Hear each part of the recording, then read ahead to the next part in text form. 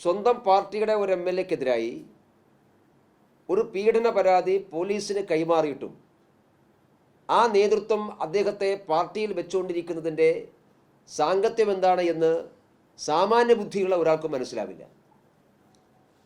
അതിൻ്റെ അർത്ഥം രാഹുൽ മാങ്കൂട്ടത്തിലിനെ സംരക്ഷിക്കുവാൻ ഇപ്പോഴും കോൺഗ്രസ് നേതൃത്വത്തിൽ ഒരു വലിയ വിഭാഗമുണ്ട്. അപ്പോൾ ഒളിവിലിരുന്നു കൊണ്ട് കോൺഗ്രസ് നേതൃത്വത്തെ ബ്ലാക്ക്മെയിൽ ചെയ്യുകയാണ് രാഹുൽ മാങ്കൂട്ടത്തിൽ ചെയ്യുന്നത്.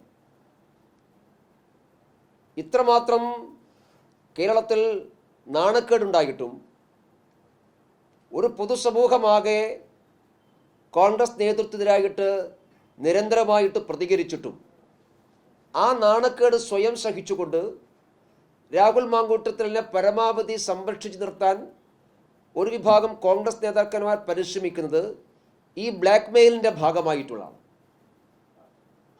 അങ്ങനെ രാഹുൽ മാങ്കൂട്ടത്തിൻ്റെ ബ്ലാക്ക്മെയിലിന് മുമ്പിൽ കീഴടങ്ങാൻ മാത്രം, ഭയപ്പെടാൻ മാത്രം കോൺഗ്രസ് നേതാക്കന്മാരുടെ എന്തു രഹസ്യമാണ് രാഹുൽ മാങ്കൂട്ടത്തിൻ്റെ കയ്യിലുള്ളത് എന്ന് കേരളത്തിലെ ജനങ്ങൾക്ക് അറിയാൻ വലിയ താല്പര്യമുണ്ട്.